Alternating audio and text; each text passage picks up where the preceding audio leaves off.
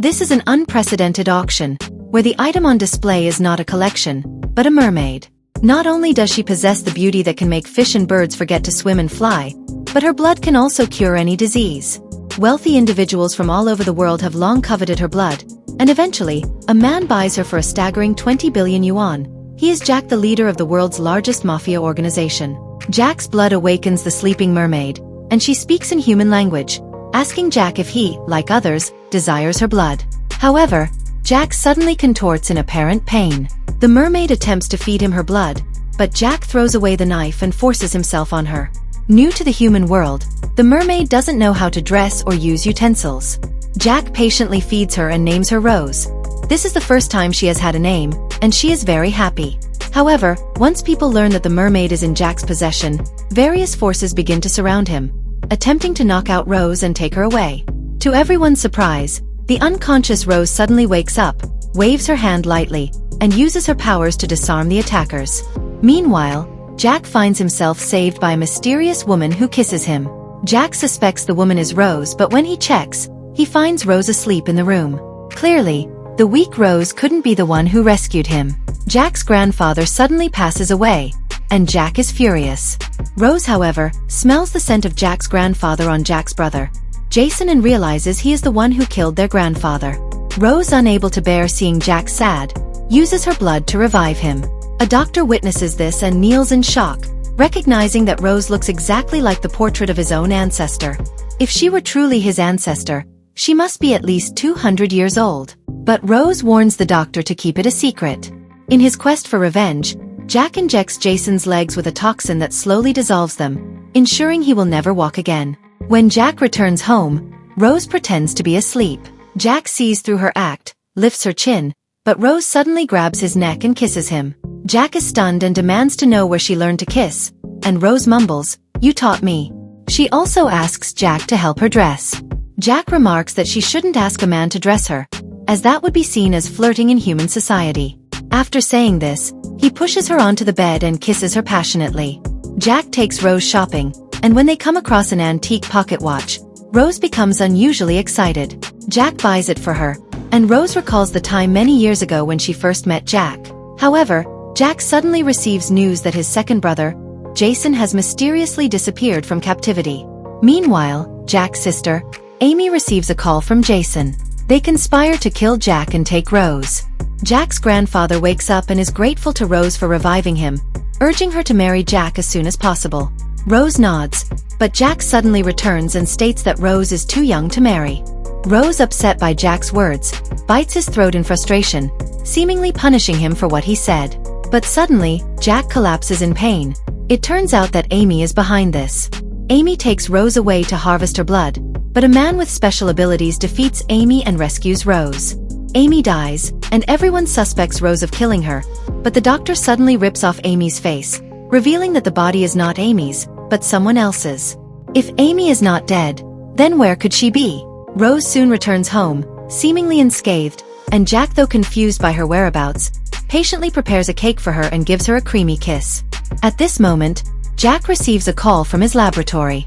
His men have developed a drug that can cure the disease in Jack's body. Jack rushes to the lab but finds himself trapped. He kills everyone in the room, but suffers serious injuries.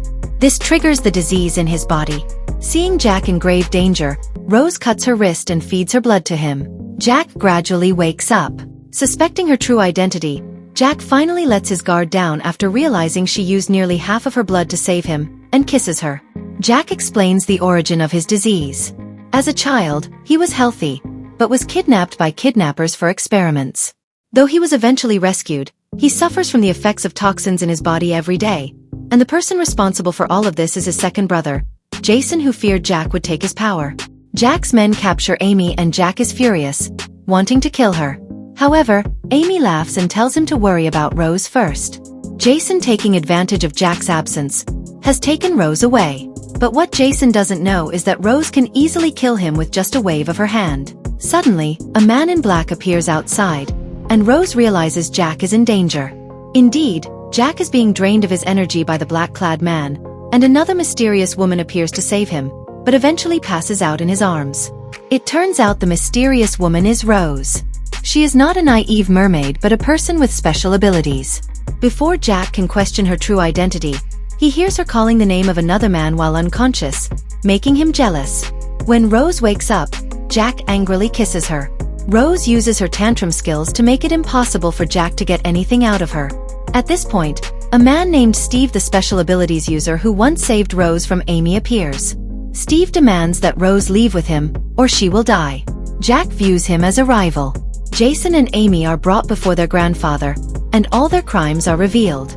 But when their grandfather sees Jason's crippled legs, he begs Rose to heal him with her blood. Jack refuses and takes Rose away. Grandfather's attitude toward Rose changes, and he begins to prevent her from being with Jack. Rose sadly leaves, and Steve appears to take her away. Drunk, Rose recalls the time she spent with Jack, realizing that 200 years ago, they were both special abilities users and a loving couple. But to defeat the evil abilities user King of the Underworld, Jack died in battle, and Rose fell into a 200-year-long sleep. In this reincarnation, Jack had neither awakened his abilities nor remembered his past life. Steve advises Rose to face reality. Her lover has long since died, and Jack is just an ordinary man. Angry, Jack finds Rose and injects Steve with a sedative, forcibly taking Rose away. Rose drunkenly confesses that she has feelings for someone else, which makes Jack burn with jealousy. Amy, still scheming, has Rose drugged again and extracts her blood to heal her brother Jason.